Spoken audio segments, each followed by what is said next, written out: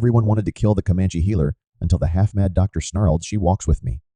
Burn the witch, burn her alive. The screams tore through Bitter Springs like a pack of starving wolves. I watched from behind a water barrel as the mob dragged her through the dust. A Comanche woman, maybe 45, blood streaming from her split lip, hands bound so tight the rope had cut through skin. But that wasn't what made my blood run cold. It was the baby in Sheriff Downing's arms. Little Sarah Miller, the blacksmith's daughter. 3 days ago, she was dying, red fever burning through her like wildfire. The doc said she had hours left.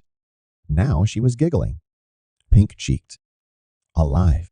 And that's exactly why they were going to kill the woman who saved her.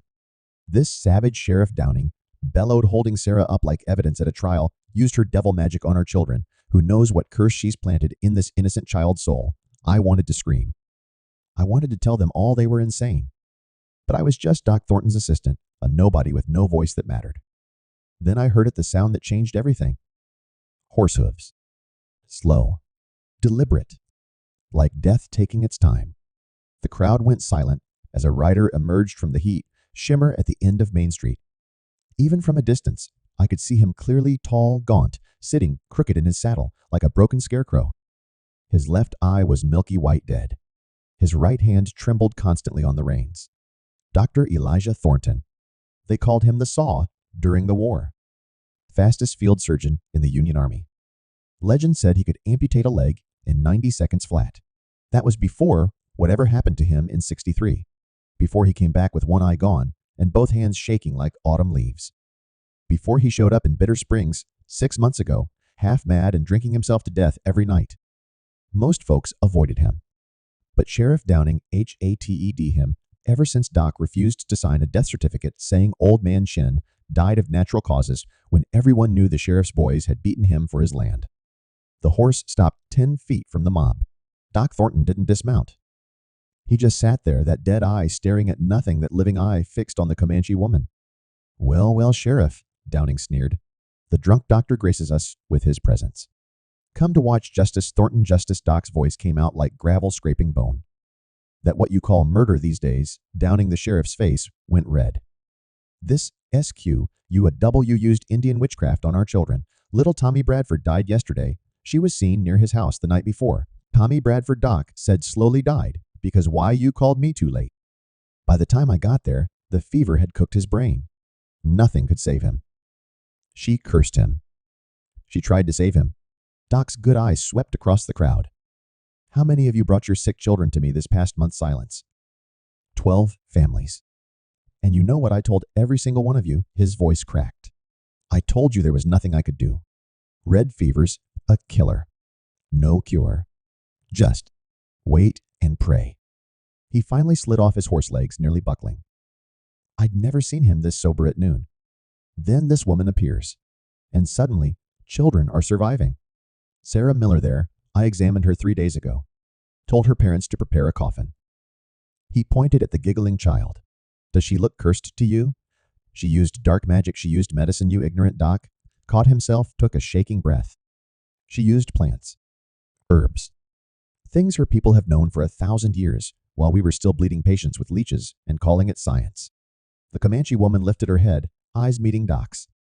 Something passed between them, something I didn't understand then, but would later learn had roots 15 years deep in blood and fire. Sheriff Downing drew his pistol. "Step aside, Thornton. This doesn't concern you. Put the gun down, Sheriff, or what you'll shake me to death." Laughter rippled through the crowd. Doc Thornton smiled. It was the most terrifying thing I'd ever seen. "No," he said quietly. "I'll tell everyone here about the night you came to my office last month. About the accident you needed fixed. About the Chinese girl who fell down the stairs." The color drained from Downing's face. "You wouldn't dare try me." The standoff lasted maybe 10 seconds. Felt like 10 years. Finally, Downing lowered the gun. "Fine. Take your Indian witch. But when she murders someone, their blood's on your hands." Doc cut the ropes binding the woman's wrists. She stumbled. He caught her elbow. "Can you walk?" She nodded, not looking at him. "Then let's go. Now." They made it maybe 20 yards before someone threw the first rock. It caught the woman square between the shoulder blades. She gasped, nearly fell. "Poor devil woman," More rocks. A bottle shattered at their feet. Doc turned, spreading his arms wide. Anyone else come on? You want to kill her? You'll have to kill me first. That can be arranged, someone screamed. The mob surged forward, and that's when the woman did something that would haunt my dreams for years. She laughed. Not a scared laugh. Not hysteria, but a deep knowing laugh that froze every person in that street. You call me witch. Her English was perfect, accent thick, but clear. You who let children die rather than learn from savages. She spat blood. Your own medicine killed 3 babies this winter. Doctor here, he knows. He signed certificates. Natural causes. But UK W truth. Silence. I saved Sarah Miller. I saved John Foster. I saved Elizabeth Chen. But you know what is funny? She smiled through broken teeth. I cannot save your souls. Those already dead. Someone in the crowd sobbed. Sheriff Downing raised his gun again. Doc Thornton stepped between them. You want her, shoot through me. For a moment, I genuinely thought Downing would do it. Then Martha Miller, the blacksmith's wife, pushed through the crowd. She held little Sarah, who was reaching toward the Comanche woman. This woman, Martha said, voice shaking, saved my daughter when Doc Thornton said there was no hope. You want to kill her? You'll hang me first. Another woman stepped forward. She saved my Johnny. Then another. She saved my Elizabeth. 5 mothers. 5 living children. Standing between the mob and the woman they wanted dead. Sheriff Downing looked around, saw the tide turning, and spat. F-I-N-E. But I want them UT of Bitter Springs by sundown. Both of them. Doc nodded. We'll be gone in an hour. They rode in silence for the first hour, heading north into the Badlands. I followed at a distance. I know, stupid, but I couldn't help myself. Something was happening, something bigger than a mob and a rescue. When they finally stopped by a dried creek bed, Doc dismounted, pulled out a canteen. Drink. The woman took it, drank deep, then poured water over her wrists where the rope had cut. Why you help me? She asked. Doc didn't answer immediately. He stared at his trembling hands. Because he said finally 15 years ago, I made a choice that got people killed. Good people. Innocent people. His voice cracked. I've been looking for a way to balance the scales ever since. Scales do not balance. Dead stay dead. I know. He looked at her with that one good eye. But maybe I can stop adding weight to the wrong side. The woman studied him for a long moment. Then she reached into a pouch at her waist, pulled out a bundle of dried leaves. You know what this is? Doc squinted. Willow bark, yes. You use for pain, yes, sometimes. Not very effective because you use wrong. She crushed some leaves in her palm. You boil whole bark. Bitter. Weak. You need INER bark scraped thin, boiled with mint to open lungs. She met his eye. I can teach you. If you want to learn. Doc's hands shook harder. Why would you teach me anything? I'm one of them. The people who you are, man, who stood between mob and woman, he barely knows. You are man who burns with guilt so bright I see it from a mile away. She smiled sadly. Besides, I have seen you before. Doc froze. What, 15 years ago? Massacre at Sand Creek. You were there. The color drained from his face. How? How do you know about? Because I was there too. Her smile vanished. I was a young woman named Wahupi. And you. You were a young army doctor who saved my life after your soldiers tried to kill me. Doc staggered backward like he'd been shot. The girl, he whispered. The girl in the burning sweat lodge. You're her Wahupi, nodded slowly. You pulled me from fire, treated my wounds, hid me in supply wagon until I could escape. Her eyes hardened. But not before I heard you arguing with Commander. Heard you beg him not to attack. Heard him threaten to shoot you if you did not cooperate. I wrote the report, Doc said, and he looked like he might vomit. They made me write that your village had disease, that it was quarantine measure. His voice broke. I told myself I had no choice, that they'd kill me, that I had a wife and son back home. Did they live wife and son silence? They died anyway, Doc finally said. Cholera. 2 weeks after Sand Creek. Both gone in one night. He laughed bitterly. I betrayed your people to save my family. And God took them anyway. Punishment, I guess. Wahupi was quiet for a long time. When she spoke, her voice was soft. My mother died in that fire. She pushed me out. Doctor stayed behind to save others. I watched her burn. She paused. For 15 years, I looked for Doctor who gave order to burn Sweat Lodge. Doctor in bloody coat who shouted disease, inside burn. Doc's face went white as bone. That was me. I know. Wahoopi pulled out a small knife from her belt. The blade caught the sun. For 15 years, I sharpened this knife. 15 years I promise ancestors I find you and cut out your heart. Doc didn't move. Didn't try to run. Just stood there waiting. Do it, he said.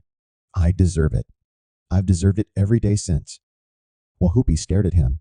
The knife trembled in her hand. Then she threw it down. You know why I cannot kill you. Her voice shook with rage and something else, something like grief. Because you are man who saved me TWICE. Once from fire, once from mob. You are man who stood in front of gun for woman you barely know. She grabbed his collar, pulled him close. My mother woman, you burned her name, was Nashoba. Means wolf. She was healer. Strong. Brave. Kind. Tears streamed down Wahoopi's face.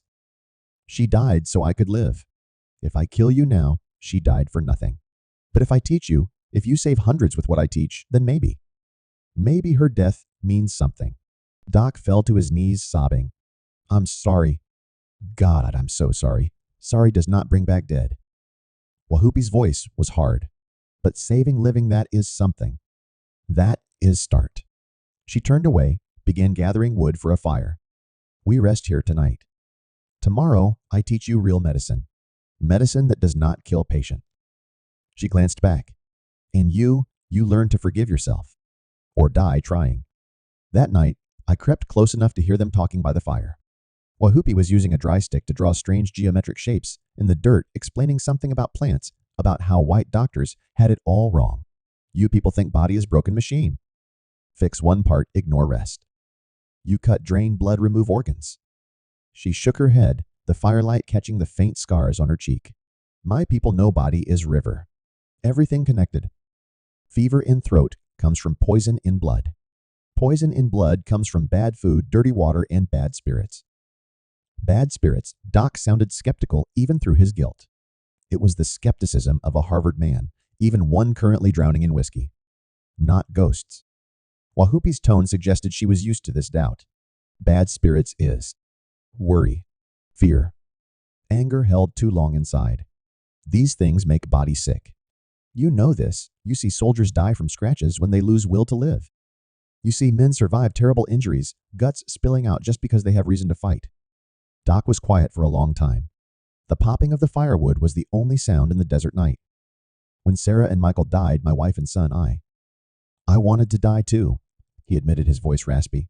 For weeks, I couldn't eat, couldn't sleep. I remember thinking my body was shutting down organ by organ. Bad spirits, Wahoopi said, simply staring into the flames. Grief so strong, it poisoned your river. Doc looked up, eyes desperate.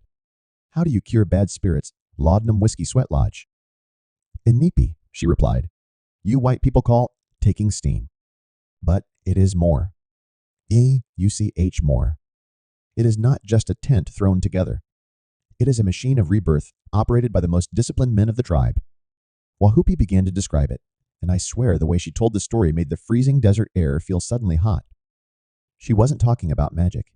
She was talking about discipline. To save a dying person inside the lodge, Wahoopi pointed her stick at the fire. We need an engineer of the sacred fire. Do not think just anyone can do this. You cannot just throw wood on a pile.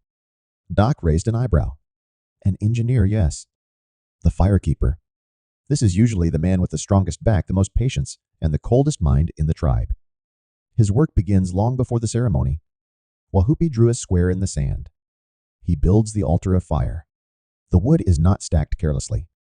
It must be built in sacred geometry, a cone or a square honoring the four directions, east, west, south, north. If he stacks it wrong, the air does not flow, the fire burns uneven, and the ceremony fails. But the most important task, her voice dropped heavy with danger, is the heating of the grandfather's grandfathers, Doc asked. The stones, Wahoopi explained. We call the stones grandfathers because they are the oldest things on this earth. They have seen all history. The firekeeper must choose the right stones, volcanic or old granite. And he must heat them with a deadly art. She looked Doc dead in the eye. You are a surgeon. You understand pressure, Doc nodded. The firekeeper must watch the fire so the stones turn red hot from the core to the skin, but he must never let them crack.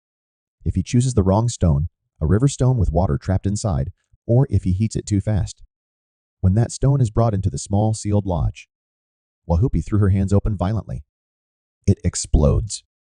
Like a Union grenade. I flinched. In that dark crowded space, she continued shrapnel from an exploding stone can tear skin-blind eyes or kill the person seeking healing. The firekeeper holds their lives in his judgment of heat. So this firekeeper, Doc asked, his scientific curiosity finally overtaking his arrogance. What does he do when everyone goes inside? That is the hardest part, Wahupi said with deep respect.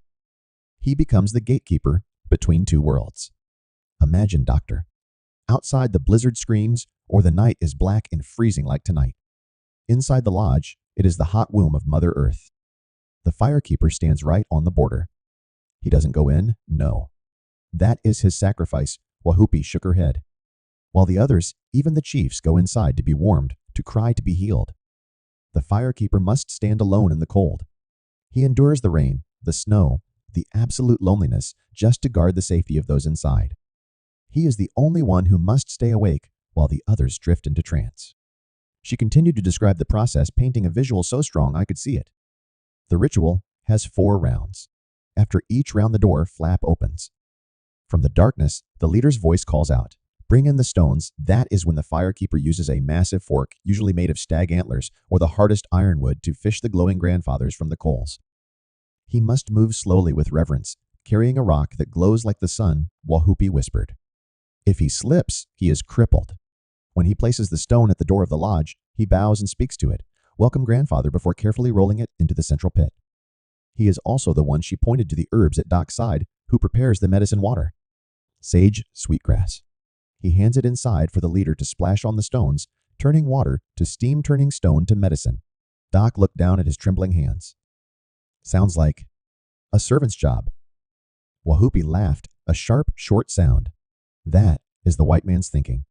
The man on top has the power. But for us to be the firekeeper is the highest honor a man can earn. Why? Because it teaches him humility. He works the hardest, his face covered in ash, his skin scorched by the fire, his lungs breathing smoke, and he gets none of the warmth inside the lodge. But who does he do it for? The community. The sick people inside. Wahupi leaned in closer to Doc, her voice hardening like steel. We believe the firekeeper does not just watch the physical fire. He uses his own life force to create a shield, stopping any bad energy from entering the ceremony. If his mind is not steady, the stone explodes. If his heart is not pure, the people inside do not get well. She let the words hang in the cold air. We believe when someone is sick, they must die and be born again in that lodge. The body sweats out the poison. The spirit faces the darkness. But to do that safely, they need to know there is a man of steel standing guard at the door, willing to freeze to death so they can live. I've seen soldiers die in fever sweats, Doc said, but his voice was softer now, the condescension gone. High temperature can cook the brain. Because you do it wrong, Wahupi cut in frustration, rising again. You wrap them in blankets, trap the heat, trap the poison. In Inipi, the firekeeper controls the heat. After each round, he opens the door. Cold air rushes in. Hot steam rushes out. It is the lungs of the lodge breathing. Hot and cold. Death and life. That is the balance you forgot. Doc was silent for a long time. He stared into the campfire, not looking at a chemical reaction anymore, but perhaps seeing the ghost of an invisible firekeeper. Did you believe I could save Sarah Miller? Wahupi asked the old question. No, Doc admitted again. But she lives. So maybe. She smiled slightly, tossing a handful of sage into the fire. The sharp, clean scent filled the air. Maybe a one-eyed doctor should learn to be a firekeeper before he tries to be a healer. Learn to stand in the cold, learn to be covered in ash, learn to serve others with humility before he picks up a scalpel. Doc laughed out loud, a bitter but relieved sound. That's either profound or insane. In my language, same word. Wahupi stood, stretching her back. Sleep now. Tomorrow we go to the Cherokee village. They need help. They need a real healer. They need you. Your hands, no wounds, no anatomy. My hands, no plants, no ritual. But more importantly, she stared at him. We need someone who knows how to keep the fire for others. Doc nodded slowly. Together. I watched them settle down for the night, and I realized I'd just witnessed something extraordinary. Not just medicine. Wahoopi had just taught the most arrogant doctor in the West a lesson in service. That sometimes to heal others, you don't need to be the glorious savior under the lights. Sometimes you just need to be the one covered in ash standing guard in the cold dark, quietly keeping the fire of life from going out.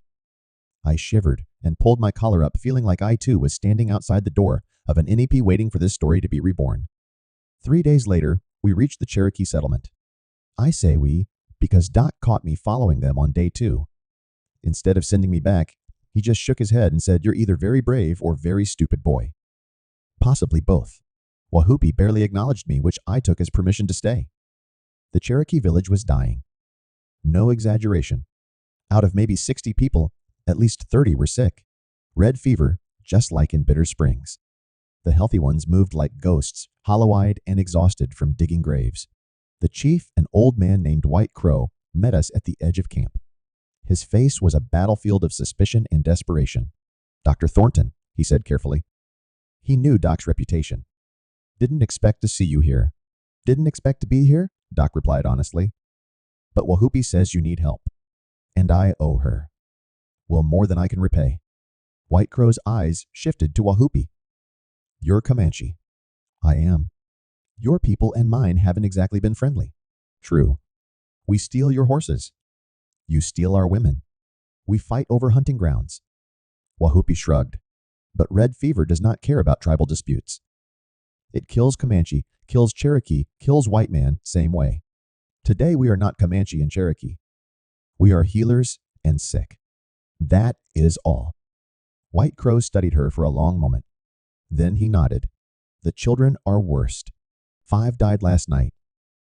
7 more." He couldn't finish. "Show us," Wahoopi said. "What we saw in that sick lodge still haunts me." 12 children ages, maybe 3 to 12, lying on blankets soaked with sweat and worse. Their throats were so swollen they could barely breathe. Their skin burned to touch. And the smell like meat rotting in summer heat. Doc knelt beside the nearest child, a girl maybe 5. He touched her throat gently. She whimpered. "Streptococcus pyogenes," he muttered. "Scarlet fever. Bacterial infection. In my day, we'd bleed them, try to reduce the fever by weakening them until they die," Wahoopi finished. She was already moving through the lodge, touching foreheads, listening to breathing. "How many you save with bleeding, doctor?" "Not many," he admitted quietly. "How many I save in Bitter Springs? 7 out of 9. And how I do it," she didn't wait for answer. "First, clean. Everything clean. Second, steam. Open airways. Third, MEDICINE." She pointed at plants hanging from lodge poles. "I see you have willow bark. Good. But need more." "Need," she rattled off names in Cherokee that White Crow quickly translated. Within an hour, they'd built a small Inipi next to the sick lodge. Wahoopi directed everything while Doc assisted his medical knowledge, filling gaps in her instructions. Normally, Wahoopi explained as they worked, we build proper lodge to full ceremony. But no time. Children dying NOW. So we improvise. "Improvise," Doc repeated. "Not exactly scientific method. Your scientific method has these children dying. My way, maybe they live." "Which you prefer?" Doc had no answer for that. By evening, the Inipi was ready. Wahoopi selected the 3 sickest children, including the 5-year-old girl Doc had examined. "We take them in," she said. "All night we sweat, we sing, we pray, we medicate. By morning," she shrugged, "we see." "And if they die?" White Crow asked. "Then they die, TRYING, to live. Not just lying down waiting for death." Wahoopi met his eyes. "Sometimes trying is all we have." Doc helped carry the children into the Inipi. I tried to follow, but Wahoopi stopped me. "No. Too many people, not enough air. You wait outside. If we need help, we call." The lodge flap closed. And I sat there in the dark, listening to Wahoopi sing in her language, while Doc's occasional question punctuated the melody. The heated stones hissed when water hit them. Steam rose through the smoke hole, like prayers ascending. Hours passed. The healthy Cherokee gathered around their own fires, shooting nervous glances at the Inipi. Then around midnight I heard it. Screaming. A child's scream full of terror and pain. The lodge flap burst open. Doc stumbled out, eyes wide with panic. She's seizing the girl, is having seizures. White Crow jumped up. Get her out. Wahupi appeared in the doorway, face glistening with sweat. No one enters. No one removes children. This is crisis moment. Body fights. Either it wins or loses, but we do not interfere. She'll die, Doc shouted. Maybe, but definitely dies if you do what you want to do. Wahupi's face was fierce. Trust me, doctor. Trust my way. I can't just watch a child die. You watch hundreds die your way. Now try mine. The screaming continued. Doc's hands shook so badly he had to clasp them together. I saw tears streaming down his face. Then, silence. Complete, absolute silence from inside the lodge. Doc moved toward the entrance. Wahupi blocked him. Wait. She's dead, isn't she? His voice broke. She's dead, and I just stood here, and a sound cut through the night. Not a scream. A cough. A wet, rattling cough, followed by retching. Then a child's voice. Mother, the lodge flap opened. Wahupi emerged, cradling the 5-year-old girl. The child's eyes were open alert. Her skin was still flushed, but not burning. Fever broke, Wahupi said simply. She will live. Doc fell to his knees. White Crow took his daughter, held her close, openly weeping. And I realized I'd just witnessed something impossible. Not magic. Not miracle. Just medicine so different from what we knew that it looked like magic, felt like miracle. By morning, all 3 children had survived. Within 2 days, 9 more went through the Inipi. Within a week, 28 Cherokee children who would have died instead walked, talked, played. The village threw a feast. White Crow offered Doc and Wahupi horses, furs, anything they wanted. Wahupi refused everything except one request: teach your children about Inipi. Teach them about healing plants. Do not let white man's medicine erase what your grandmothers knew. White Crow promised.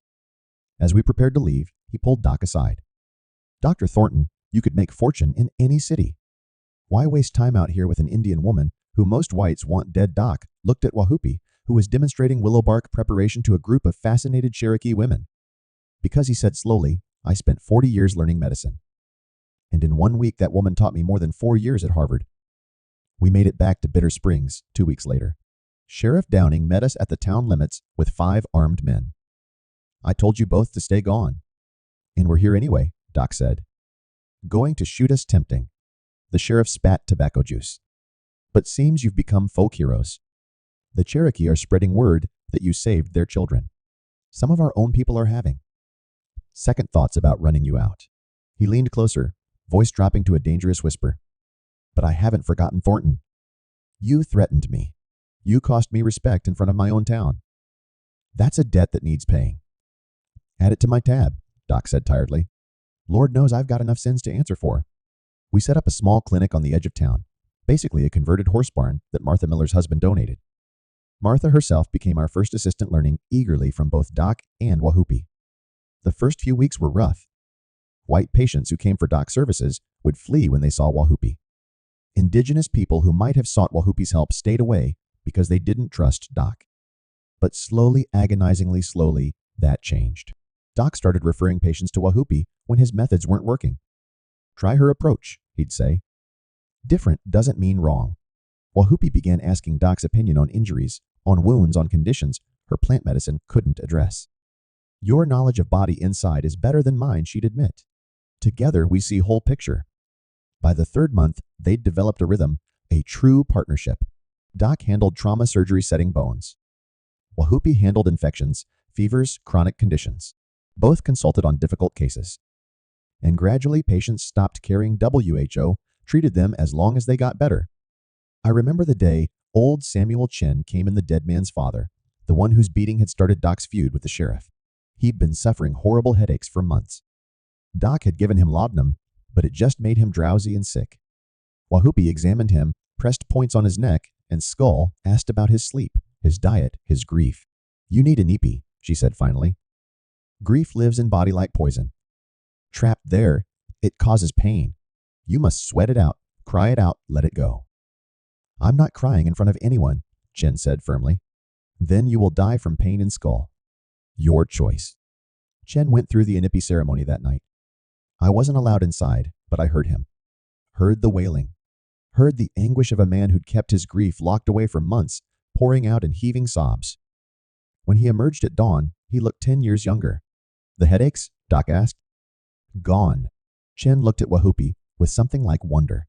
How did you know? Because grief is weight we carry here. She touched her chest. But pain shows up here. She touched her head. Body and spirit connected. Always. White medicine forgets this. Doc nodded slowly. We were taught to separate them. Treat body, ignore soul. Maybe. He looked at Wahupi. Maybe that was our first mistake. 3 months became 6. 6 became 8. Doc's hands shook less. He smiled more. He built a small cabin next to the clinic and stopped drinking entirely. Wahupi built a proper Inipi behind the barn, teaching interested townspeople about its purposes, its rituals, its power. And something else grew between them, something neither acknowledged but everyone saw. A partnership that went beyond medicine. A friendship forged in guilt and forgiveness, in mutual respect and shared mission. Then, Sheriff Downing made his move. It was late October when he came to the clinic with a nasty cut on his arm. Barbed wire accident, he claimed. Doc cleaned it, stitched it, bandaged it properly. 2 days later, Downing was back, arms swollen and red. It's infected, Doc said, examining it. We'll need to clean it again. Apply, I want her to do it, Downing said, pointing at Wahupi. Doc and Wahupi exchanged glances. Why? Wahupi asked suspiciously. Because everyone says you're the miracle worker. So work your miracle. Something was wrong. I felt it in my gut. This was a trap. But Wahupi agreed. She cleaned the wound with boiled water, applied a poultice of healing herbs, rewrapped it. Come back tomorrow, she said. Should be better. Downing left without another word. The next day, he returned with the town doctor, old Dr. Pemberton, who'd been semi-retired since Doc Thornton arrived. Examine my arm, Downing ordered Pemberton. The old doctor unwrapped the bandage and gasped. The wound was worse, much worse. Angry red streaks ran up Downing's forearm. Classic blood poisoning. What did you do? Pemberton demanded, looking at Wahupi. I cleaned, I applied medicine. You applied some Indian poison is what you did, Downing roared. You tried to kill me, just like you've been slowly poisoning this whole town. That's insane, Doc said. I examined that wound initially. It was already showing signs of deep infection. That's why it needed aggressive treatment. She sabotaged. Downing turned to the growing crowd. I gave her a chance to prove herself. And what does she do? Tries to murder a lawman. This is what happens when you trust SAVAGEC with medicine, the crowd murmured. I saw the shift happening, fear and suspicion blooming like mold. Let me see, Doc said quietly. He took Downing's arm, examined it closely. And I saw it. The flash of recognition in Doc's good eye. This wasn't caused by Wahupi's treatment, he said slowly. This infection is at least 3 days old. The wound she treated yesterday was CLAAN. He looked up at Downing with dawning horror. You did this to yourself. You infected your own arm, let it fester just so you could blame her. Downing smiled. Prove it. Doc couldn't. We all knew it. This was Downing's word, a white lawman against a Comanche woman and a disgraced doctor. I'm placing both of you under arrest, Downing announced.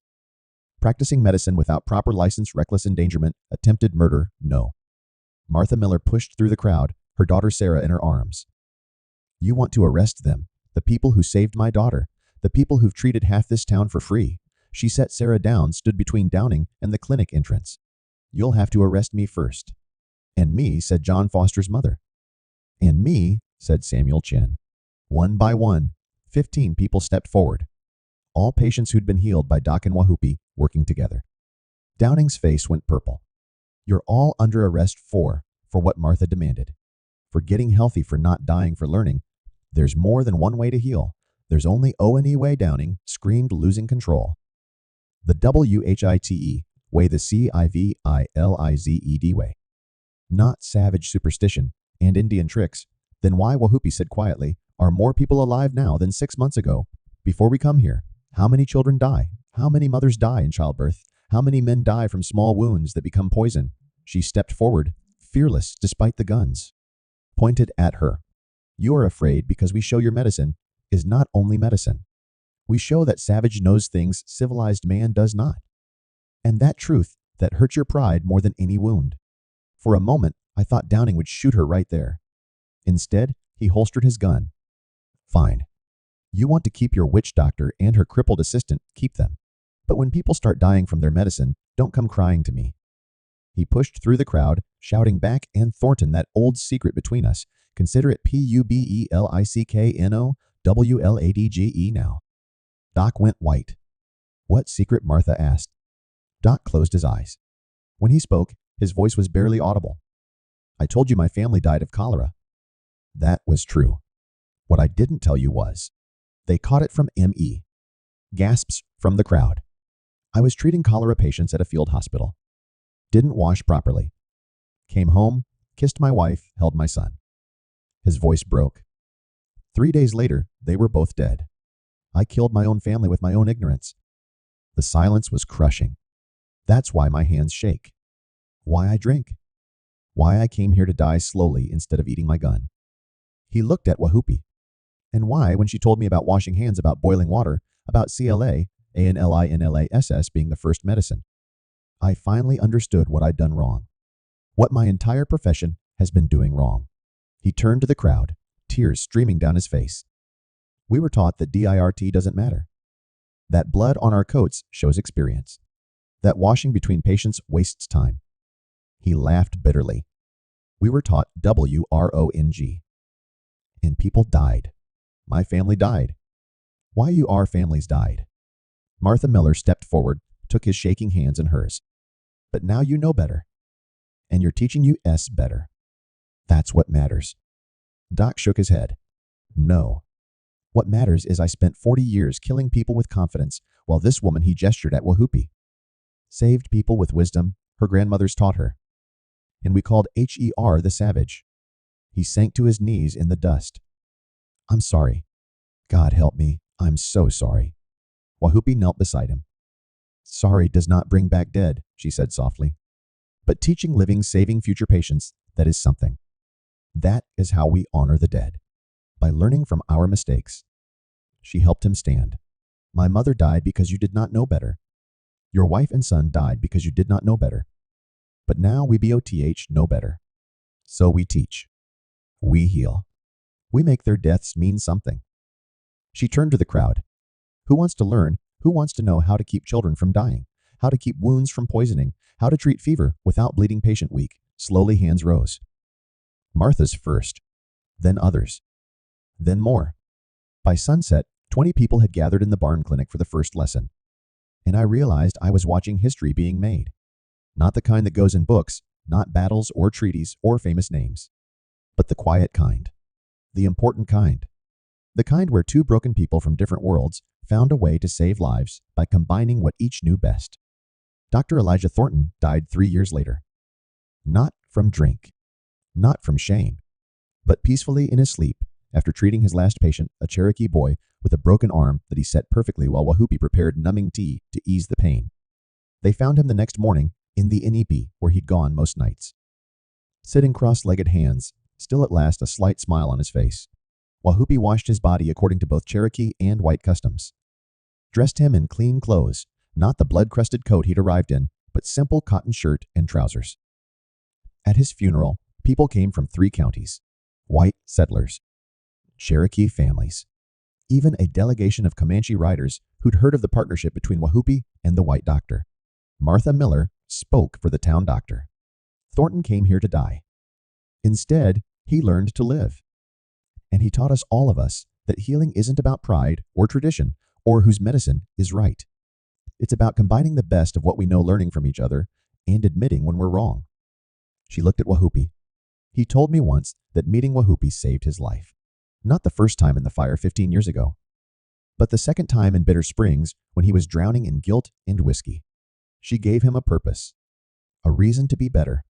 After everyone left, I found Wahupi sitting by his grave, the little knife she'd once planned to kill him with, now marking his headstone. Why that? I asked. Because she said 15 years I carried knife for revenge. 3 years I carried it as reminder that even enemies can become brothers. Even hatred can become healing." She smiled sadly. "He gave me back my mother's gift by learning her medicine. I gave him back his soul by forgiving what he did. Fair trade, I think." She stood, brushed dirt from her skirt. "Now I teach alone, but he leaves behind notebooks, drawings, instructions." She patted a leather satchel. "His knowledge, my knowledge together in these pages. For next generation. For next doctor who thinks they know everything." She looked at me. "You want to learn?" I nodded. "Good. Because world needs healers. Not white healers or Indian healers. Just healers. People who listen, who learn, who admit when they are wrong." She walked toward the clinic, calling back first lesson, "Wash your hands. Always. Your hands touch sickness and health. Never confuse the two." I washed my hands in the basin outside the clinic, watching the water run clear. And I understood, really understood, what Doc Thornton had learned in his final years. That medicine isn't about who's right or whose tradition is superior. It's about what works. It's about listening. It's about the humility to learn from anyone, anywhere, no matter how savage your teachers might seem to ignorant eyes. The clinic still stands today, nearly 50 years later, still combining what we'd call modern medicine with indigenous wisdom. Still teaching that healing happens in the space between worlds where different knowledge meets, argues, and eventually embraces. And on the wall, in 2 languages, hangs the rule Doc Thornton and Wahupi wrote together: "Wash your hands. Clean your tools. Listen to your patient. And never assume you know everything." Simple words. But they've saved more lives than all the fancy medical degrees and all the fancy colleges combined. Because sometimes the best medicine comes from the most unexpected teachers. And sometimes redemption looks like learning to wash your hands.